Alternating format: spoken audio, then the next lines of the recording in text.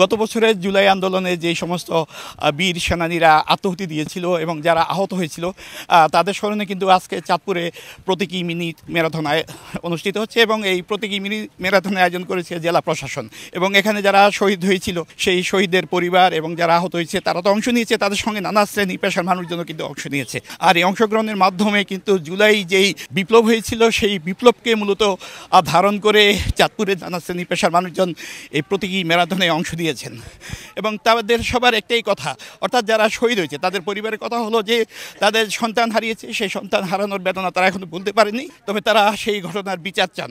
একের সঙ্গে যারা আহত হয়েছেন তারা সুস্থতার জন্য সহযোগিতা চেয়েছেন, চিকিৎসা সেবা পাচ্ছেন, সরকারি প্রণোদনা পেয়েছেন, তারপরও তারা আত্মমর্যাদার সঙ্গে বেঁচে থাকার জন্য চেষ্টা করছেন। চাঁদপুর জেলা প্রশাসক জানিয়েছেন যে আসলে এই দিনটি বিশেষ একটি দিন, কারণ গত বছরের এই দিনে কিন্তু চাঁদপুরের একজন সন্তান শাহাদাত রাজধানী ঢাকা শহীদ হয়েছিল এবং সেই 18 জুলাইকে স্মরণ করি মূলত আজকে তারা এই প্রতীকী মিনি ম্যারাথনের আয়োজন করেছে। আরেকটি কথা জানিয়ে রাখি যে এই ম্যারাথনে নানা পেশি শ্রেণীর মানুষের সঙ্গে যে পুলিশ বিভাগের কর্মকর্তারা অংশ নিয়েছেন তারা বলেছেন যে জুলাই আন্দোলনে যারা আত্মাহুতি দিয়েছে তাদের পরিবার যেন ন্যায় বিচার পায়। আমার ভাই আজকে 18 জুলাই শহীদ হয়েছে মিরপুর 10 নম্বর চত্বরে। আমার একটাই ভাই ছিল, 2 বোনের 1 ভাই। ভাই আমাদের ছোট ভাই বাবার অবস্থা দেখে ঢাকায় কাজ করতে যায়, তখন এই খুনি হাসিনা আমার ভাইকে মারে। আমার একটাই সন্তান, আর কোনো সন্তান নাই।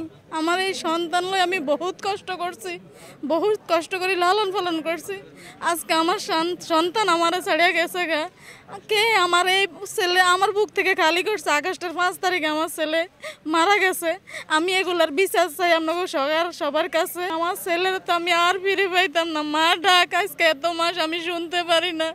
আমারে কয় না যে মা আমারে কিছু দেন, নয় আমারে কয়টা টাকা দেন। আমার আজকে কত মাস আমারে ডাকেন না আমার বাবা। যারা আহত হয়েছে অনেকে সুস্থ আছি বা অনেকে শহীদ হয়ে গেছেন, সবার জন্য দোয়া করি। আমাদের ভাই এখনো কিন্তু কবরে, কিন্তু খুনি এখন অনেক বাইরে আছে।